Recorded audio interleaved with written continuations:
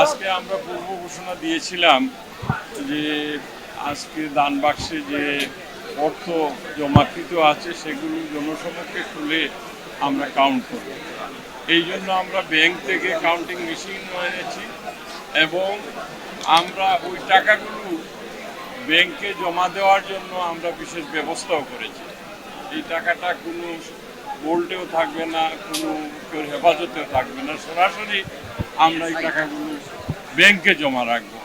এইখানে কাউন্টিংয়ে আপনারা দেখছেন হযরত শাহজালাল রহমতুল্লাহ মাজারের মাদ্রাসার শিক্ষার্থীরা এই টাকাগুলো বান্ডিল করছে এবং এটা আসলে কাউন্ট করে।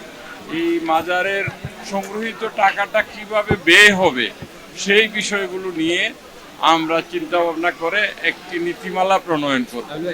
এই নীতিমালা প্রণয়নের জন্য আমরা আগামী বৃহস্পতিবারে আরেকটি সভা ডেকেছি।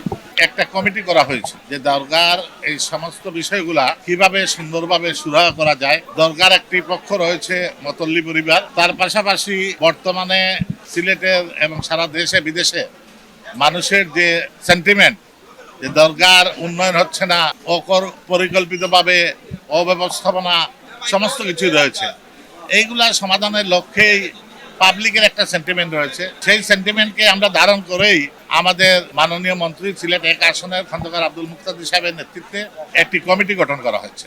এই কমিটি রাজধানীতে নিজস্ব জমিতে আমরা গড়ে তুলছি আপনার সুখের আবাস এডিসন রিয়েল এস্টেট।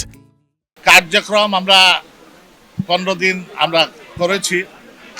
1 মাসের মধ্যে এই দরগার সার্বাঙ্গীন সমস্যাগুলা সমাধানের লক্ষ্যে কি প্রক্রিয়ায় দরগা পরিচালিত হবে, দরগার মসজিদ রয়েছে, মাদ্রাসা রয়েছে, এতিমখানা রয়েছে, মাজার রয়েছে, এই বিষয়গুলা কিভাবে সমাধান করা যায় এবং এই ঐতিহ্যবাহী এই মাজারকে কিভাবে আরো উন্নতি করা যায় সেই লক্ষ্যে বিভিন্ন পরিকল্পনা আমাদের রয়েছে। বিকেলবেলা বা সন্ধ্যাবেলা কত টাকা গণনা হয়েছে, কোন বাক্স থেকে কত টাকা এসেছে, এইগুলা প্রকাশ্যে আমরা মিডিয়ার মাধ্যমে সিলেটবাসীকে জানাবো, দেশবাসীকে জানাবো।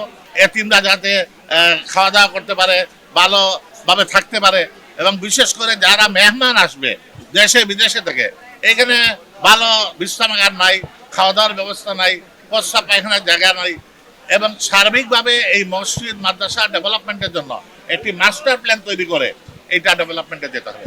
সেই লক্ষ্যে আমরা কাজ করব।